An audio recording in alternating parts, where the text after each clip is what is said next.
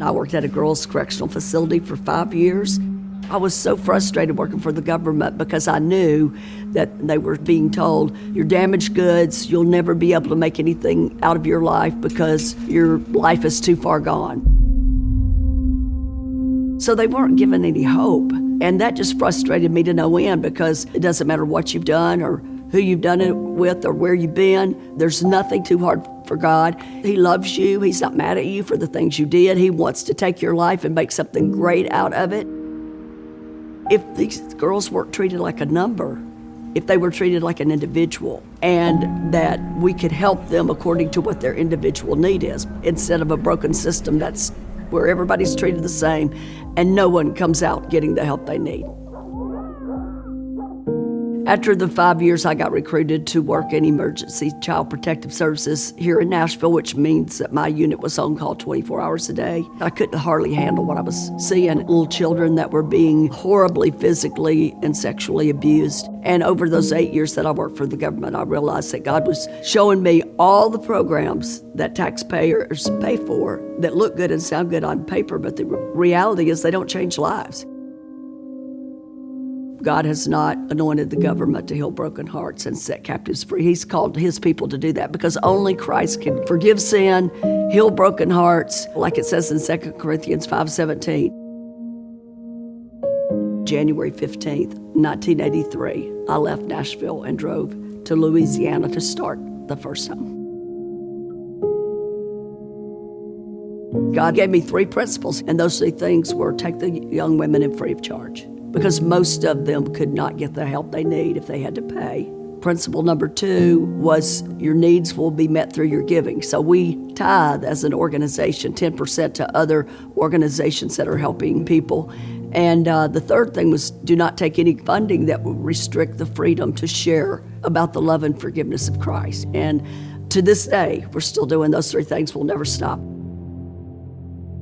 I got a call from a pastor in Nashville, and he said, I've heard about the work you're doing in Louisiana, and I just wanted you to know that we need the same thing in Nashville. We were so excited when we opened Nashville. I had 40 additional beds, but it wasn't long till we had a waiting list yet again. And I believe 2005 that we opened the St. Louis home. And after we opened the St. Louis home, we got a call from a gentleman in Sacramento. And so we built a 40-bed facility there that was millions of dollars. And as the homes were increasing in the United States, we started opening international locations. The United Kingdom, Canada, places that I never dreamed that I would go to, much less start a home. In 2015, just praying one day, and I just felt like, we needed to change the name.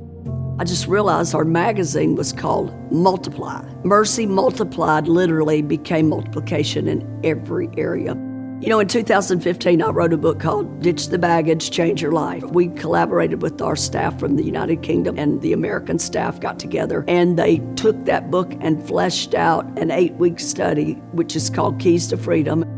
It spread throughout the United States and all across Europe, and now it's in 5 languages, and there are more languages coming on even as we speak. With these Empower workshop trainings that we do, we are all about equipping men and women, no matter what their age. We have people come from all over the United States. They're able to learn and take that back to their city so that they can reach people that they come across and bring freedom to their lives. We are really working to expand our church services so that they are readily equipped and available to help new people coming in to be able to get the freedom that they need. We've had so many people that said, hey, I got a full-time job, or I'm a guy and I need help. And we realized that we needed to develop outpatient programs. They come in for counseling, men and women of all ages, and we take them there and they come in for counseling usually once a week. I think God's future for Mercy Multiplied is just that, more multiplication.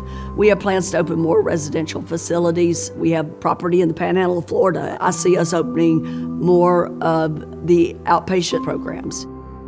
When I look back to 1983, when we started the first home there in West Monroe, Louisiana, I thought I was going there initially just to do that for the rest of my life. I am overwhelmed when I think back to the small beginnings of 1983 and how it's grown across the world and continues to multiply It blows my mind and it makes me realize how big God is.